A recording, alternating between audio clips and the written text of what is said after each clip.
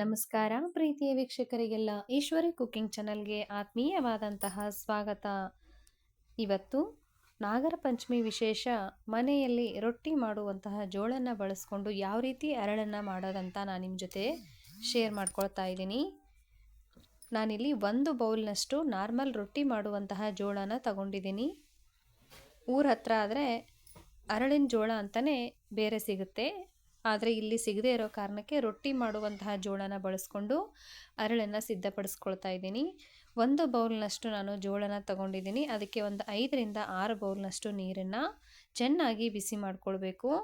ನೀರು ಬಿಸಿ ಬೇಗ ಆಗಬೇಕಂದ್ರೆ ಒಂದು ಪ್ಲೇಟನ್ನು ಮುಚ್ಕೊಳ್ಳಿ, ಬೇಗ ಚೆನ್ನಾಗಿ ಬಿಸಿ ಆಗುತ್ತೆ. ಈ ರೀತಿ ನೀರಿನಲ್ಲಿ ಬಬಲ್ಸ್ ಬರಬೇಕು, ಆ ರೀತಿ ನೀರನ್ನು ಚೆನ್ನಾಗಿ ಬೇಯಿಸ್ಕೊಳ್ಬೇಕು.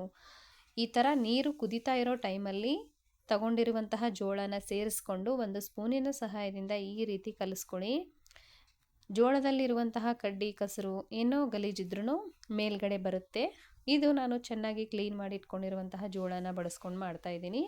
ಆ ಕಾರಣಕ್ಕೆ ಯಾವುದೇ ರೀತಿಯಾದಂತಹ ಕಡ್ಡಿ ಕಸರು ಏನೂ ಬಂದಿಲ್ಲ. ಇವಾಗ ಕುದಿಲಿಕ್ಕೆ ಸ್ಟಾರ್ಟ್ ಆಗಿದೆ. ಈ ಥರ ಒಂದು 4ರಿಂದ 5 ನಿಮಿಷ ಚೆನ್ನಾಗಿ ಜೋಳ ಕುದಿಸ್ಕೊಳ್ಬೇಕು, ಅಂದ್ರೇ ಹೂವಿನ ಥರ ಅರಳು ಕೂಡ ಸಿದ್ಧ ಆಗುತ್ತೆ. ಗ್ಯಾಸ್ ಫ್ಲೇಮ್ನ ಹೈ ಅಥವಾ ಲೋ ಮಾಡಬೇಡಿ, ಮೀಡಿಯಮಲ್ಲೇ ಇರಲಿ. ಒಂದು 5 ನಿಮಿಷ ಕರೆಕ್ಟಾಗಿ ಇದನ್ನು ಬೇಯಿಸ್ಕೋಬೇಕು ಇದೇ ಥರ. ಇವಾಗ ನೋಡಿ, ನಾವು ಹೇಳಿರೋ ಪ್ರಕಾರ ಒಂದು 5 ನಿಮಿಷ ಆಗಿದೆ.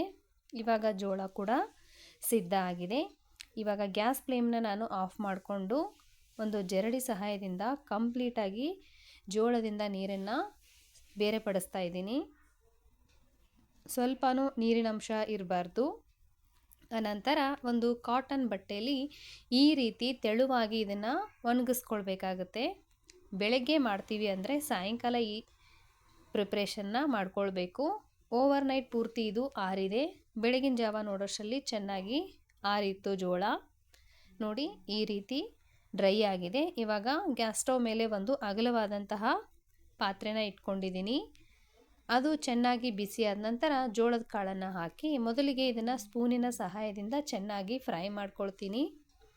ಜೋಳ ಯಾವಾಗ ಸಿಡಿಯೋಕ್ಕೆ ಸ್ಟಾರ್ಟ್ ಆಗುತ್ತೋ ಆವಾಗ ನೋಡಿ, ಇವಾಗ ಸಿಡಿತಾ ಇದೆ ಜೋಳ.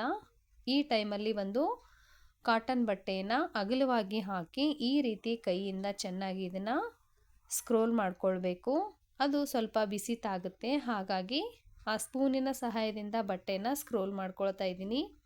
ಅರಳಂತೂ ಚೆನ್ನಾಗಿ ಸಿದ್ಧ ಆಗ್ತಾ ಇದೆ. ಇದು ತುಂಬ ಸುಲಭ ವಿಧಾನ ಹಾಗೂ ಮಾಡೋದು ಕೂಡ ತುಂಬ ಸರಳ. ಬಿಗಿನರ್ಸ್ ಆಗಿದ್ರು ಕೂಡ ಈಸಿಯಾಗಿ ಇದನ್ನು ಅರಳನ್ನು ಸಿದ್ಧಪಡಿಸ್ಕೊಳ್ಬಹುದು.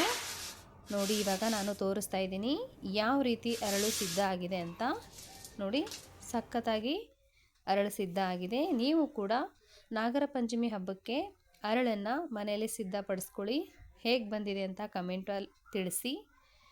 ನಾನು ತಿಳಿಸಿರುವಂತಹ ವಿಧಾನ ತುಂಬ ಸರಳ ಹಾಗೂ ಈಸಿಯಾಗಿ ಮಾಡ್ಕೊಳ್ಬಹುದು. ನೋಡಿ, ಎಷ್ಟೊಂದು ಅದ್ಭುತವಾಗಿ ಅರಳು ಸಿದ್ಧ ಆಗಿದೆ. ನಾಗರ ಪಂಚಮಿ ಹಬ್ಬಕ್ಕೆ ಸ್ವಲ್ಪ ಸಮಯದಲ್ಲಿ ನೀವು ಅರಳನ್ನು ಸಿದ್ಧ ಮಾಡ್ಬೋದು. ಅದು ಹೊಸಬರು ಕೂಡ ಆರಾಮಾಗಿ ಮಾಡ್ಕೊಳ್ಬಹುದು. ವಿಡಿಯೋ ನೋಡಿದ ಎಲ್ಲ ವೀಕ್ಷಕರಿಗೂ ಧನ್ಯವಾದಗಳು. Thank you for watching. Take care. Bye bye.